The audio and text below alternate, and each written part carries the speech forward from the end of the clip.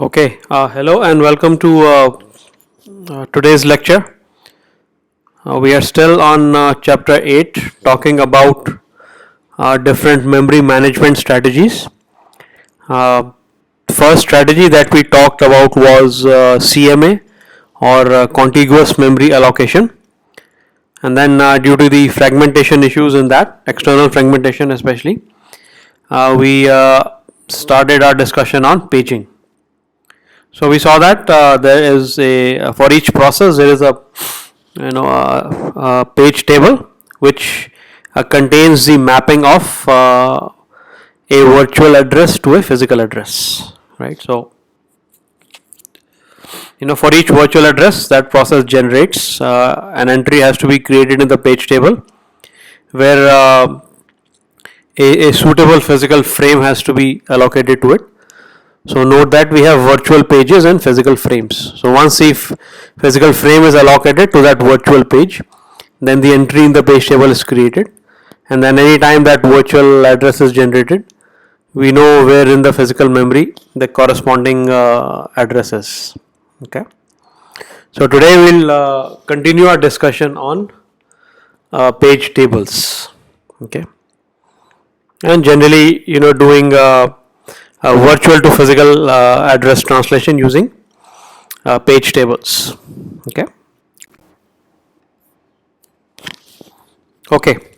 So now we are on slide number 2. So note that up till now we have assumed that the page table is already populated. So what will the page table be populated with? It will be populated with the virtual to physical address mappings, right? So we know that we have an incoming virtual address and it has two parts, page number and offset. So first we extract the page number from the virtual address, then we use the page number as an index into the page table, and then we get the appropriate starting physical address, the F value, and then we apply the offset as it is and we generate the physical address. So what we had assumed was for each process the page table is already populated, whereas that is not the case. What actually happens is we need to create those page table entries. So what does that mean? What that means is for a particular virtual page of a process, we have to sort of map a physical frame to it. Okay. So the question is, how are pages allocated to frames? Okay. So in general, what happens is when a process arrives in the system to be executed, its size expressed in number of pages is examined. So the size of a process, it will be in the number of pages, virtual pages, right? 5, 10, 15, 10k, 20k, whatever. And obviously for each page we need a corresponding physical frame, right? Now of course the process may not need to run in its entirety, maybe only a small subset of the process has to run. For example, in Microsoft Word, if all you need to do is open the file and print it, then the whole code of the Word process does not have to be downloaded or does not have to be transferred to main memory, right? So let's assume for each process we have a requirement that these many virtual pages are there, and each virtual page has to be mapped to a physical frame. So if from the process side there is a requirement of n pages, we will need n free physical frames. So if the frames are available, they are allocated to the process. Okay. So the page table needs to be populated. So two steps will be performed. The first page is loaded into one of the allocated frames, physical frames. So let's say we have page number 1 for this process, and we map it to we look at the list of free physical frames, and then let's say we map it to frame number 1. Okay. So what we'll need to do is we'll need to load that page into the allocated frame. Okay. Right. Copy the contents. Right. Because we know that to run a process, it has to be brought into the physical memory. Only then we can run it. So whatever we have, instruction or data, we need to copy it from the virtual page to the physical frame. Right? So one page at a time, one frame at a time. So first step we do is when we are allocating frames, the first page is loaded into one of the allocated frames, and the frame number is added to the page table for this process. So for example, for page 1, whatever its virtual address is, let's say we allocate frame X, and let's say its starting physical address is 100, the value of F is 100. So then for that particular page, inside the page table, inside the F part of the address, the entry of the page table, we put 100. So in this way we populate the table. So at the end of all of our page and frame allocations, for a set of n pages, we would have allocated m frames, and the mappings would be complete. Right? Which means for each page we load them into the appropriate frames, and then for each of those pages we create the page table entry, and that page table entry will contain the starting physical address of each and every one of those pages. So then we look up in the page table with this page number as index, this is the starting physical address. So this is how we generate the address. So as we say, same procedure is repeated for all other page and frame combinations. Now note that how we are allocating frames will be discussed in the next chapter on virtual memory. Okay, because there are some concepts there we will be talking about that will have an impact on the frame allocation. So these frame allocation algorithms will be discussed in the next chapter. Right. So the question here is, given a set of pages and a set of frames, and generally the frames will be less in number, how do we allocate a particular page to a particular frame? What are the algorithms? Right. So we'll discuss that in the next chapter. So for this chapter we assume that, what is the assumption? The assumption is that for a particular page in a process, an appropriate physical frame has already been allocated, and the page, that particular page table entry for that page has been populated. Right. So the page table is ready to go, it's already populated. That is the assumption we go with in this chapter. In the next chapter we will discuss how the frame allocation is done. So note that in all of this, the operating system must be aware of allocation details of physical memory. Goes without saying, which means which frames are available, that it should know, which frames are allocated and to which process, it should know all of that. That allocation information it should know. So just like a memory allocator, I have control over this block of memory, and which parts of this memory are allocated from where to where. Right, starting address of the memory part to the ending address of that memory part, and many such memory parts are there, and each memory part is allocated to which process. So similar to that, the OS needs to be aware, and for that there is a system-wide data structure called a frame table. Okay, so system-wide data structure, right, which means only one, which is shared among all processes. And it has one entry per frame, right, and that will provide this information, indicating whether one entry per frame in the frame table, indicating whether the frame is free or allocated. If it is allocated, to which process is it allocated? Okay. So all that information needs to be maintained by the operating system. Okay. Okay, so now I am on slide 3, and we are here showing allocation of pages to frames. So we have two pictures, part A, part B. Part A, what do we see? We see within the disk.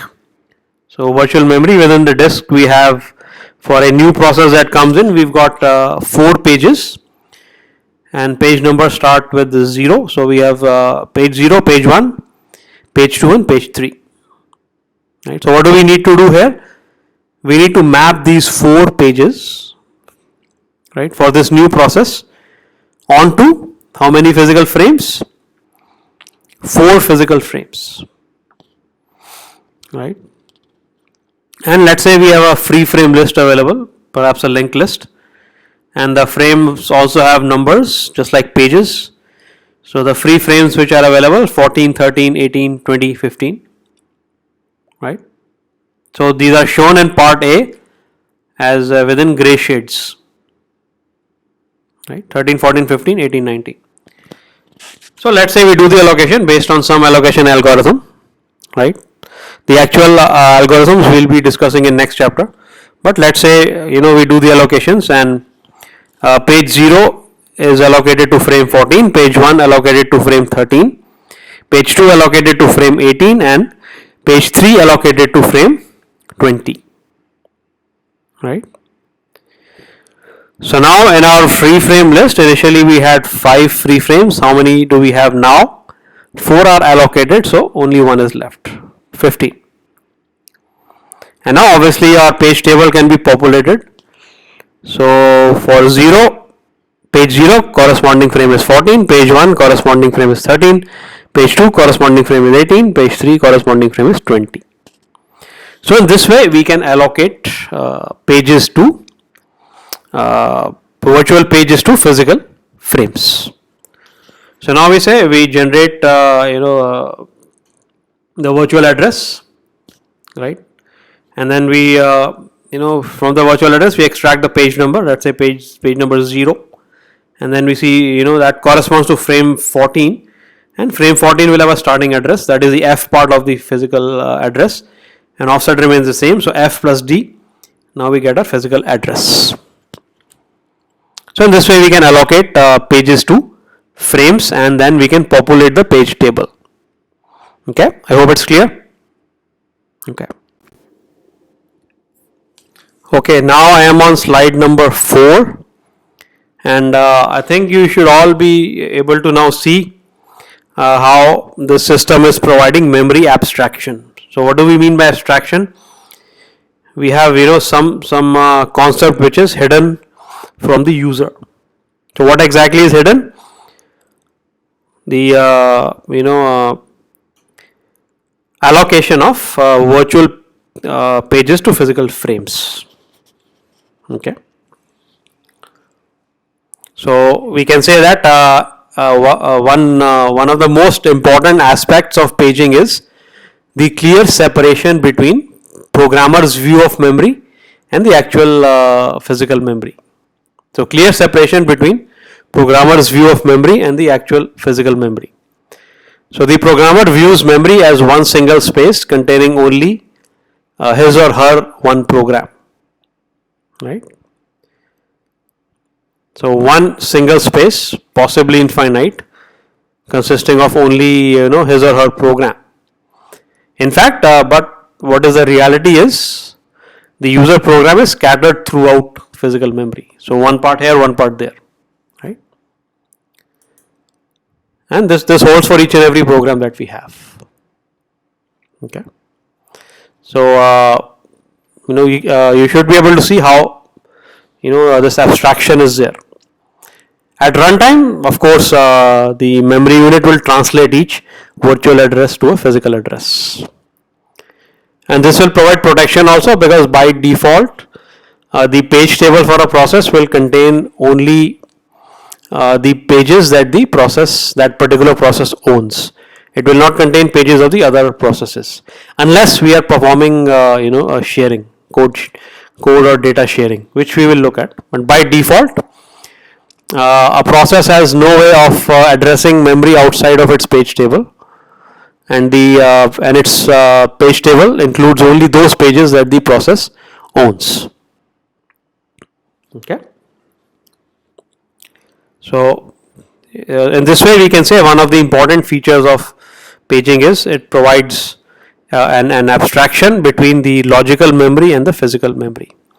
So the user does not have to worry about this mapping, and where exactly each of his or her pages are there. The user just sees it as one large block of virtual memory, whereas in reality the user's program is scattered throughout the physical memory, but it's an abstraction, therefore the user does not have to worry about it. It's the operating system job to find appropriate physical frames and to map them. Okay, now I am on slide number 5, and now we will talk a bit about page table implementation. Okay, so what we are saying here is a page table is allocated to each process, right? So each process has its own page table which is supposed to contain its own virtual address to physical address mappings, right? So next what we say is a pointer to the page table is stored in the PCB of a process control block. We recall from chapter 3 an important data structure storing various kinds of information about that process. One of the information that is stored is pointer to the page table. Okay, and page table, what we also say is page table values are stored and loaded as part of the context switch, right? So because if we are bringing a process in to execute, we need to load its page table definitely, because that contains a virtual to physical mapping, so which is needed to execute the process.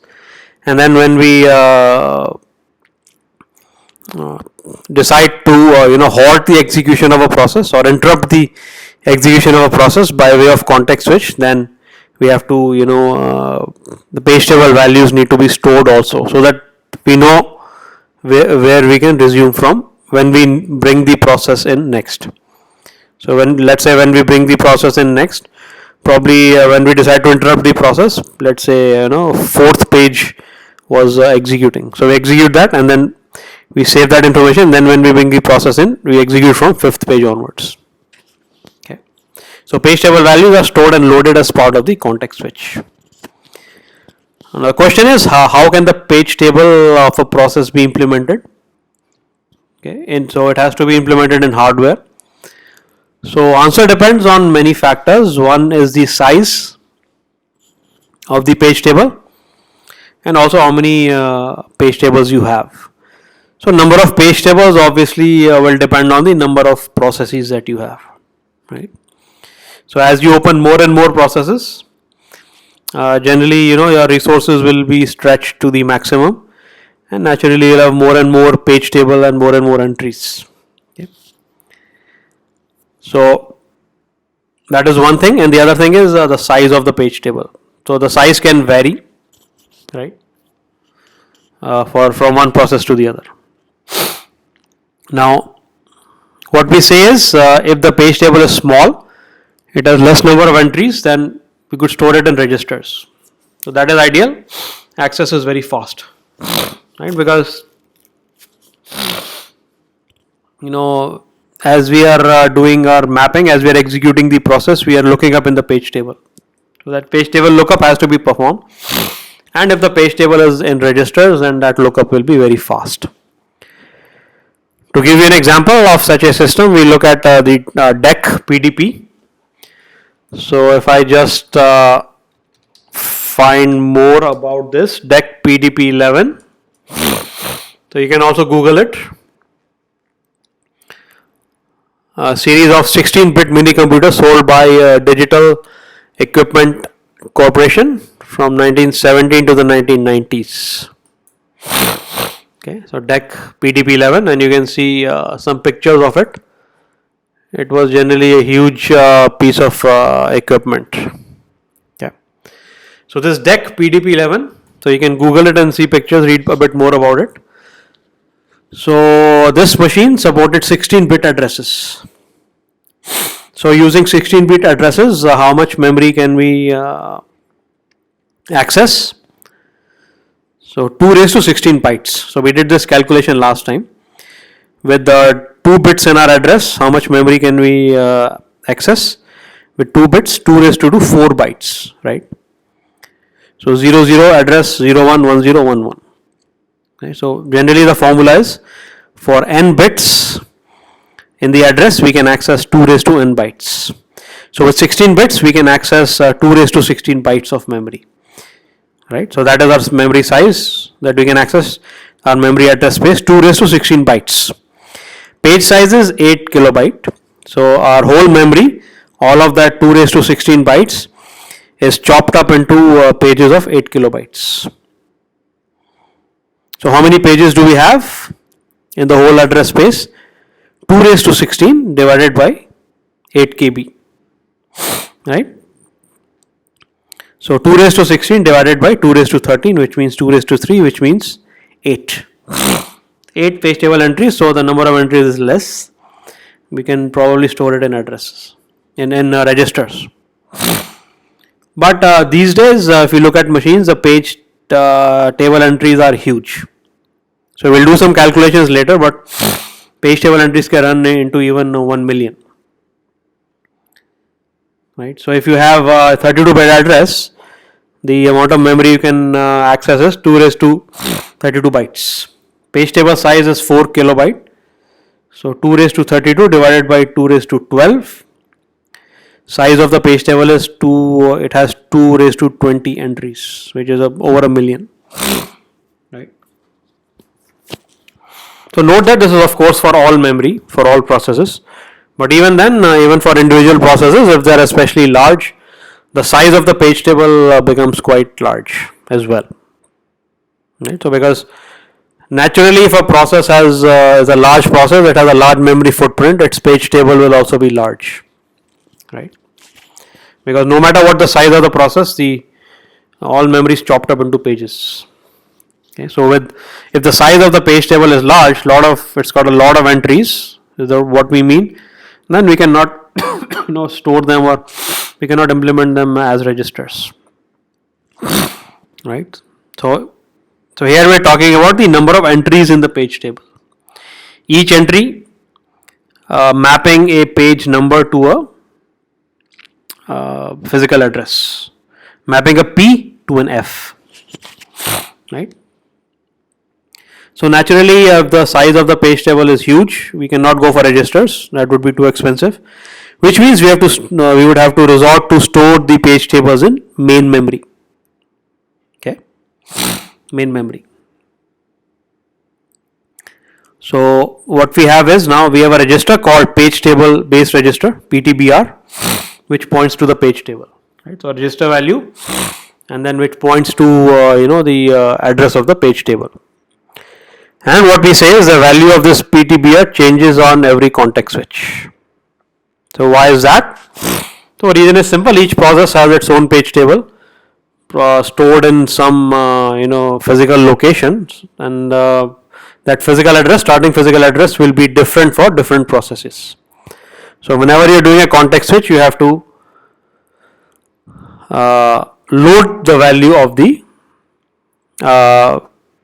PTBR for the new process. Once you load it, now you know where in physical memory that page table starts, and now you can start to do your mappings. So the value of PTBR changes on every context switch. It's just a register value, so does not have much overhead. Okay.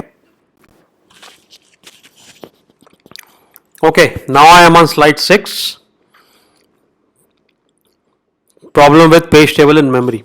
So in the last slide we had discussed that the size of the page table can be quite large in terms of number of entries, and soon we'll do some numericals to get an idea of how many entries we're talking about, and as such what is the actual size of a page table. But for now we know that for large processes the size of the page table will be quite large, so that we cannot store them in registers, we have to store them in main memory. So storing this page table in memory now brings a specific overhead, which is that now both the page table and the physical frames are in main memory, right? So where is the page table stored? In main memory. Where are the physical frames stored? In main memory. So what is the process here? for each memory translation. So if you want to access location I, we must first index into the page table.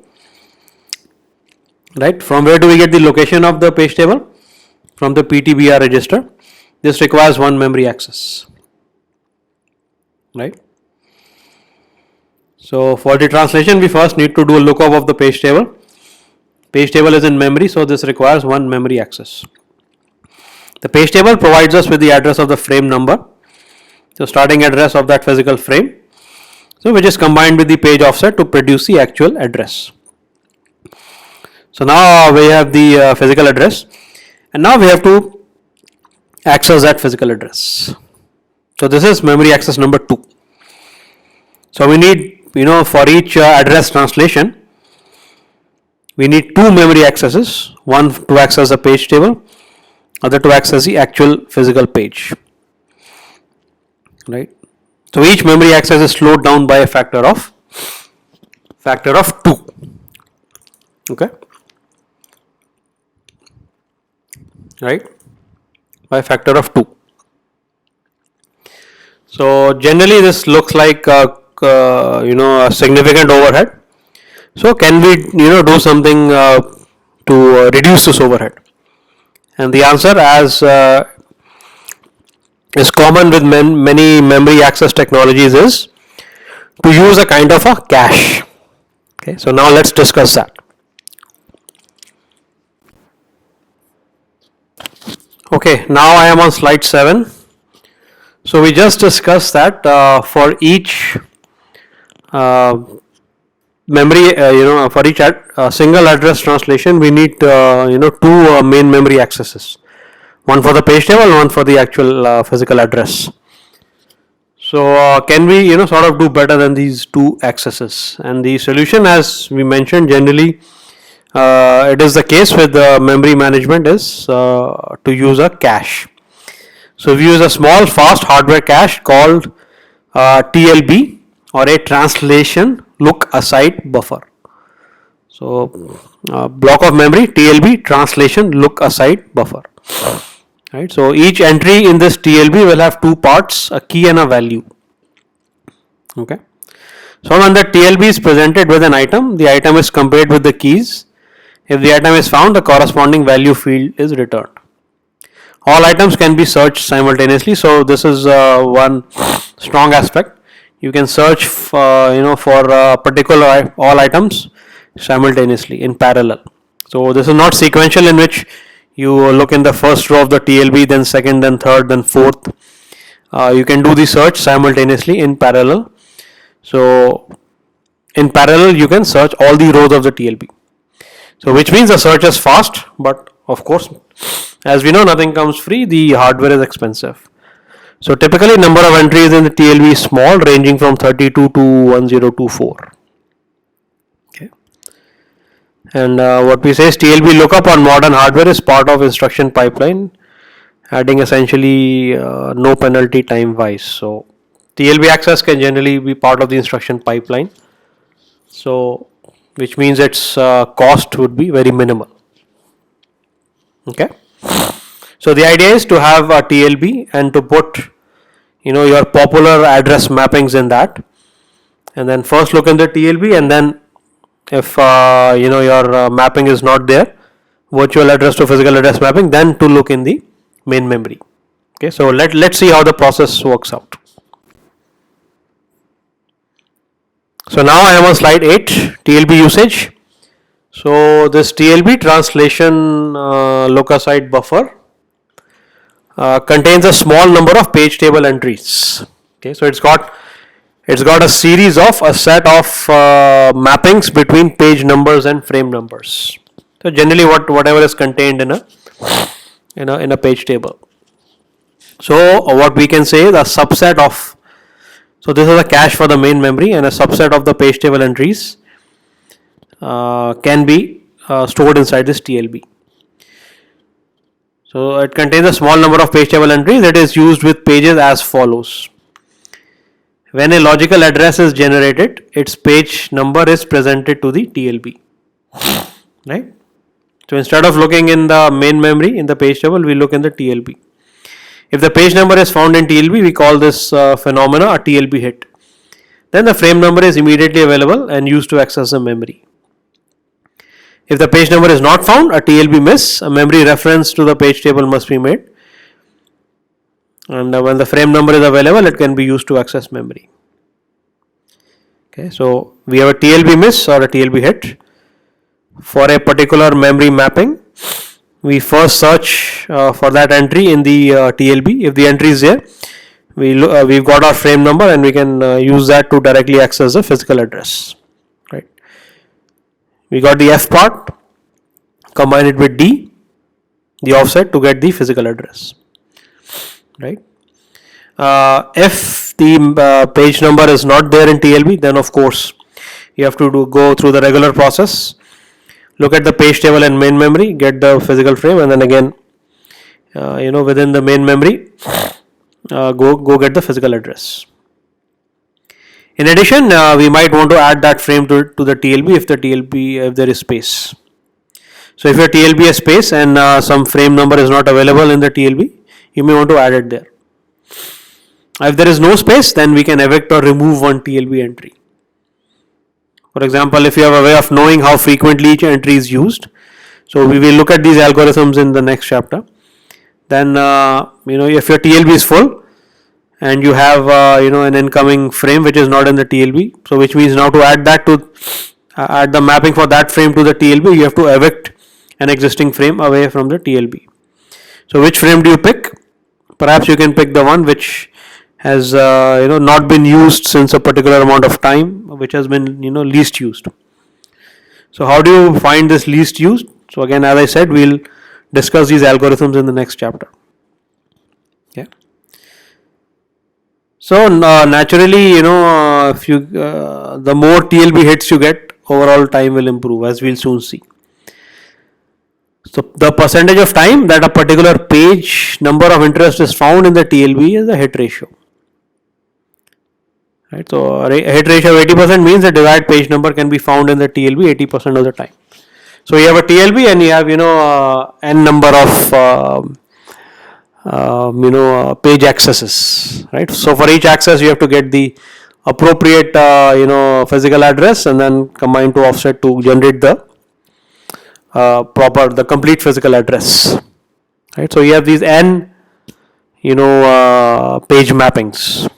So from among those n mappings, how many can you find in the TLB? That is your success ratio,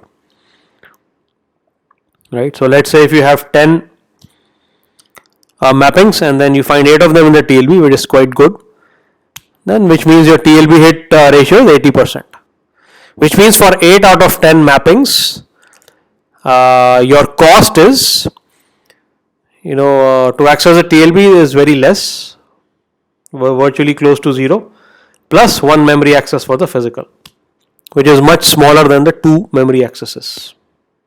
Okay. Naturally, if your TLB ratio is very low, then your average access time will be very close to the worst case, in which you have to go to memory twice for every page to frame mapping. Okay. So now I am on slide 9, just showing a picture of a TLB, just table with a bunch of rows. Each row stores a mapping between page number and frame number. Okay. Address translation. If P is in TLB, get the frame number out, otherwise get frame number from page table in the memory. Right. So this is basically storing you can look at it as storing a subset of the page table entries, right? So hopefully the idea is, if there are pages that are going to be accessed repeatedly, you should put them in TLB, and if you can somehow guess in the future which pages are going to be accessed, you can put those in the TLB. So frequently accessed pages could be put in the TLB. Yeah, that's one way to go. Okay, so now I am on slide number 10, and this shows in a very nice picture how we use TLB to help us reduce the memory access time for our virtual to physical address translation. Okay. So we have our CPU which generates a logical virtual address which has got two parts, page number and offset. So the page number, we instead of going to the page table, we first look in the TLB, and we can search all the rows in parallel. That's because of the memory technology being used in the TLB. So if we have a TLB hit, which means now we have the F value of F, right? Our starting physical address, and then we combine F with D to get the physical address complete, and then which will tell us that within this particular frame number. So it will say for page number X, the mapping is with frame number Y, and frame number Y starting physical address is, let's say, 100, and then the offset looking at the byte, and so we're addressing, let's say, 5th byte for that particular frame, right? So in case of TLB hit, we look at memory, we do a memory access only once, right after we get the physical address. In case we have a TLB miss, then we go our usual path. We do a reference to the page table, which is again in main memory, physical memory, and then we get the F part, and then we combine it with D, and then we get the physical address. So memory access cost in case of TLB hit is TLB access time plus 1 memory access time. In case of TLB miss, TLB access time plus 2 physical memory access times. Okay. So I hope the process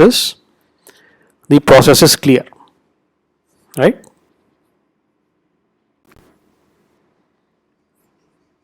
Okay, now we look at a numerical example, and these are the assumptions. Access to TLB takes 0 nanoseconds. So as I mentioned earlier, it can be a part of the instruction pipeline, and therefore the cost is close to 0. We can assume it to be 0, just like we assume context switch cost to be 0. However, it may be the case that in some numerical examples that time is given, access time for TLB. So in those numerical examples, you have to factor that in. You have to add that to your calculation. If TLB access time is not given, you can assume it as 0. As 0. So here access to TLB takes 0 nanoseconds. Access to main memory takes 100 nanoseconds. So the question is, what is our effective mean access time? Effective memory access time. So we have this new quantity, EMAT, effective memory access time. Effective memory access time, EMAT. Right, so definitely it's weighted. So you have to see what the hit ratio is, and for that percentage you have to use the appropriate time, which is in this case only 100 nanoseconds, 1 memory access. And then you have to look at the component percentage where you have a TLB miss, and for those you have to use that 2 memory access time, which is 200 nanoseconds. So two scenarios. Scenario 1, hit ratio is 80%. So now what is the effective memory access time? So the weighted one, 0.80 into 100. So when you have a TLB hit, plus 0.20 into 200. So we do the math, 80 plus 40, so 120 nanoseconds. So note that in the worst case, your hit ratio is 0, so your EMAT is 200. So 120 nanoseconds. What about for a hit ratio of 98%? So intuitively, for a hit ratio of 0%, our EMAT is 200 nanoseconds. For a hit ratio of 80%, our EMAT is 120 nanoseconds. And what will happen for a hit ratio of 98%? What will happen to EMAT? Will it be more than 120 or less than 120? So intuitively it should be less than 120, because for a larger percentage of accesses, we have TLB hit. So for those accesses, the memory access times go down from 200 to 100, right? In fact, we'll get pretty close to the best case. The best case is what? A TLB hit ratio of 100%. Every page mapping that we are looking for is in the TLB. So in that case, our best memory access EMAT time is what? 100. So the range is 100 for a hit ratio of 100 nanoseconds for a hit ratio of 100% to 200 nanoseconds for a hit ratio of 0%. So 98 is closer to the 100. So 0.98 into 100 plus 0.02 into 200, 102 nanoseconds. So clearly higher hit ratio translates to lower EMAT. So this should be easy to figure out, easy to explain. Now in case your TLB access time was given, let's say 10 nanoseconds, then you would have had to add that. Okay. Right. But in this case, it is not specified, so you can assume it to be 0. Okay.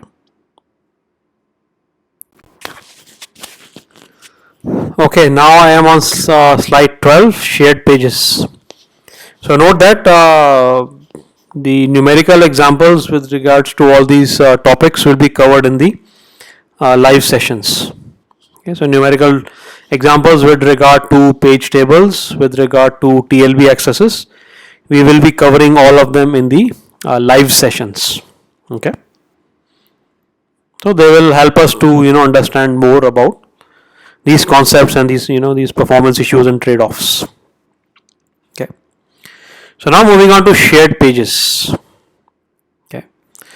So if you recall, in chapter number 3, we had discussed sharing of information among processes, sharing of instructions and sharing of data among processes. So we had that concept of shared memory. So we can have shared variables, and many processes can share some data, and of course we saw how for this shared data we could have the synchronization issues, right? They were a byproduct, a side effect of this shared data. So definitely we can allow for multiple processes to share instructions and data. So which naturally means that now that we know about paging has to support this sharing, right?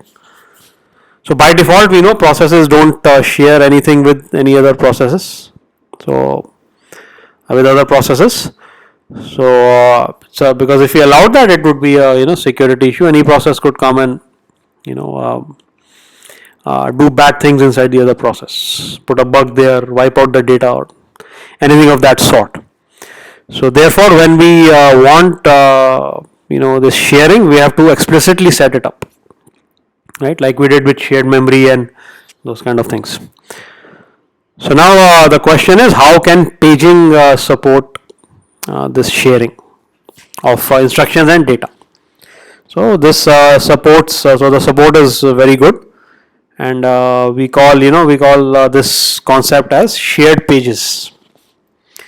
So we know that each process, the memory map for that process, it lives in the physical memory, is in terms of frames, pages and frames, right? So it is possible for several processes to share the same physical pages. Perhaps I should write same physical frames, right? That would be more correct. So pages can be shared, frames can be shared. Okay. So to motivate this, let us look at an example, a time shared system in which let's say we have a large shared supercomputer, and then many users access that facility. So let's say it's got GPUs, lot of CPUs in it, high end, and so each user can access it using a terminal, right? So consider a time, so this is an example of a time shared system.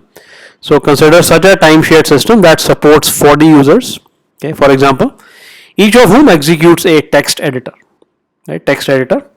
So if the text editor has 150 KB of code and 50 KB of data space, right, so we have these two parts, code space and data space, 150K and 50K respectively. What is the total memory requirement for all users? So what is it for a particular user? The memory requirement, it's 150 plus 50, 200K. So for 40 users, 40 into 200, 8000K. So roughly 8 MB, right? So this is the memory requirement of all users. Now that is scenario 1. In scenario 2, let's say that the code part, the text editor code part, what if we share that among all 40 users? So anyway, the code part is not to be written into, it's got set instructions. So how about, those pages which belong to that code part? Why don't we share those pages belonging to the code part among all the processes?